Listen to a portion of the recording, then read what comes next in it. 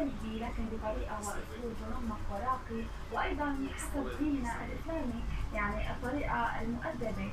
فنحن هون أكيد نخلق من النقد السلبي نقد بناء، نقد إيجابي، وهيك بنطلع من قالب التنمر اللي هو يشير للعيب بدون ما يكون عيب، ممكن بس لرأي شخصي إنه أنا ما عجبني، إن كان طوله، إن كان لا هو مثل ما قلت لك احيانا على السوشيال ميديا بس كمان مين ياخذ لايكات اكثر للاسف تحدي وتنافسي. طب هلا نحن حكيت لنا هيك شوي صغيره عن موضوع فريقكم MF، كنا أكثر عن الفريق بتطلعاته للأمام حسب الأهداف اللي هو حاططها بباله.